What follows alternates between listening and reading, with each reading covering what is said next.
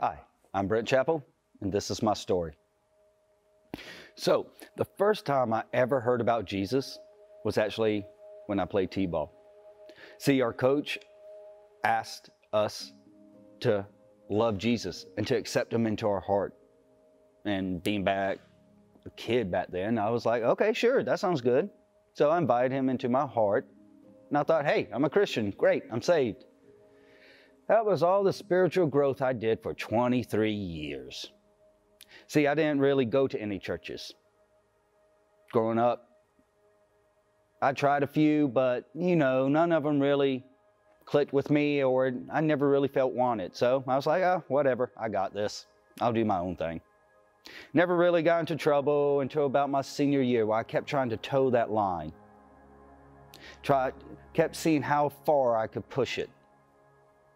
And when I got to college, I was basically trying to see if I could jump over it.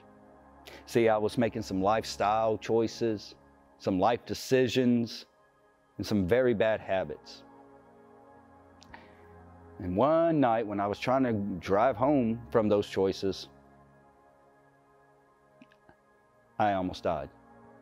I woke up the next morning, looked outside and saw what those lifestyles was leading me to. And see, right then and there, I was like, okay, I got to stop this. This cannot keep happening. I almost died living this way. Time to change. And I was like, all right, Jesus had to have intervened in some way, shape, or form. There's got to be something out there for me. All right. Well, even so, I never sought him out. Never went for a church, never even opened the Bible. Until my mother looked at us and said, this family needs church. She was right. So we decided to give a few of them a shot. None of them really clicked. But then my parents remembered going to Alice Drive back when it was at USC Sumter. They remember Pastor Clay, and they enjoyed him, so we decided to go and check him out. And oh boy, that first Sunday, Pastor Clay did not hold back on the first-time guests, I'll tell you that. See, he was talking about doing a relentless self-evaluation. And when I decided to do that, my gosh, did I get torn down. I realized that I was claiming to be a Christian and talking the talk, but I was not doing anything to spiritually grow or to know Jesus. So after that Sunday, I was convinced. A couple weeks later, my parents and I would decide to join Alice Drive as a family. And then the day came in May 2013. They were offering an open baptism. And I have never been drawn to that stage like ever before. I asked Pastor Clay to baptize me, and let me tell you, I felt the sins wash away when I arose. I felt that power from Jesus' blood dying on the cross for our sins wash away all the past I had. And I felt a huge weight off my shoulders knowing that I am not going to be judged for the actions I took back in high school and college. And ever since then, I enjoyed being at this church. So I decided to start serving, was a host, part of the parking lot, welcoming, was a life group leader. And then I was extremely humbled and honored to be nominated as a deacon and to serve as one. Things were going great. Found a church, good life group, family was doing so well, my life was doing so well, and I found love. Things were going well. Well, we all know what happens when you're at your peak. There will be valleys. And 2017 was the lowest valley I had ever been in. I had never felt so unloved, broken, and defeated. And I honestly did not know what to do.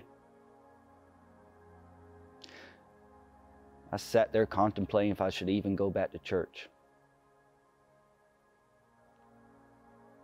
If I would even be welcomed as a man who is divorced. I contemplated going back to my old lifestyle just to numb the pain. But here's the beauty about God and when you're in a valley. He's never gone. He's there for you. See, God had a plan the whole entire time. There was this campus being launched out at Bacala. And I was actually asked to come and serve on that. I didn't want to be honest. But when I saw that this church truly meant a place of grace, I was convinced. God had a plan. And I'm so thankful that He's always there with me. You see, because me going to Bacala and serving led to a mission trip, which led to student ministries, which led to awesome friends. I'm so blessed that I have so many 3 a.m. friends in Delmar Pete, Matt Sprinkle, James Smotherland. And I have the honor of being the Bacala campus intern. And through that, I get to work with 2 more 3 a.m. friends with James McMillan and Josh Caldwell. See, these last 7 years since I started my walk with Christ, they've been great. But they show me that I will have low times, but God is with me. And God has blessed me with this church, with these friends, and it's helped me take so many next steps. Whenever I'm feeling down, don't know what to do, I just look back and know, well, God had all this planned for me these last 7 years. I can't wait to see what He's got for the rest of my life. So, I'm Brent Chappell. That's my story.